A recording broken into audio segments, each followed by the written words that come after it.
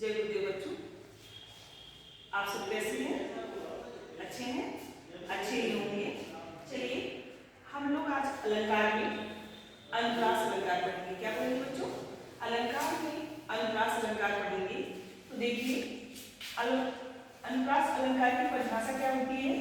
अनुप्रास अलंकार जब काव्य में एक ही वर्ण अक्षर कोष्टक में आपको लिख दिया गया है, यानी जब काव्य में एक ही वर्ण अक्षर बार बार प्रयोग होता है या जहां पर एक ही वर्ण की आवृत्ति हो वहां अनुप्रास अलंकार होता है।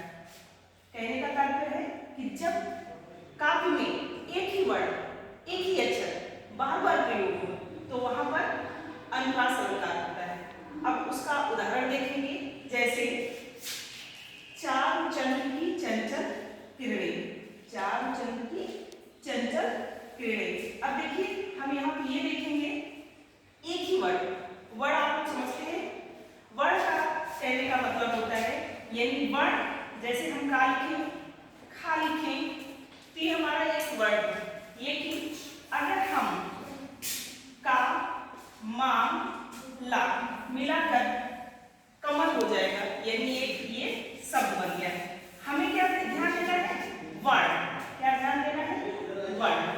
तो यहाँ पे दिया गया है उदाहरण चार चंद्र की चंचल किरणें। तो चार चार चार चार, यानी एक ही वर्ण की आवृत्ति कई बार हुई है। समझ रहे हैं? एक ही वर्ण की आवृत्ति कई बार हुई है, इसलिए यहाँ पर कौन सा अलंकार होगा? अनुप्रास अलंकार होगा। कौन सा अलंकार? अनुप्रास। ठीक, अनुप्रास अलंकार होगा।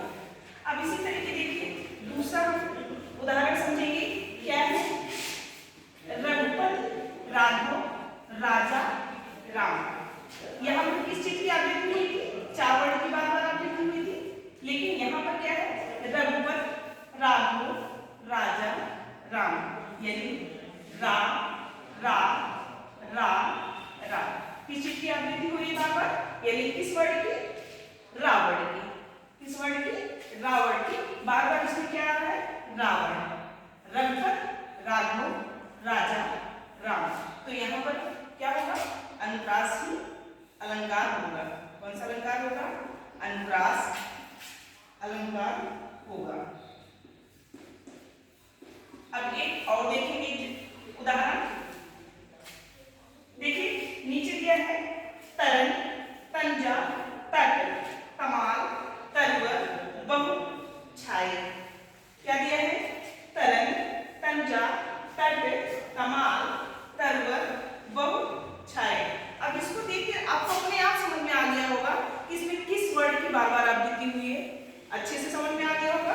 देखिए ता ता ता ता ता, देख रहे हैं ना?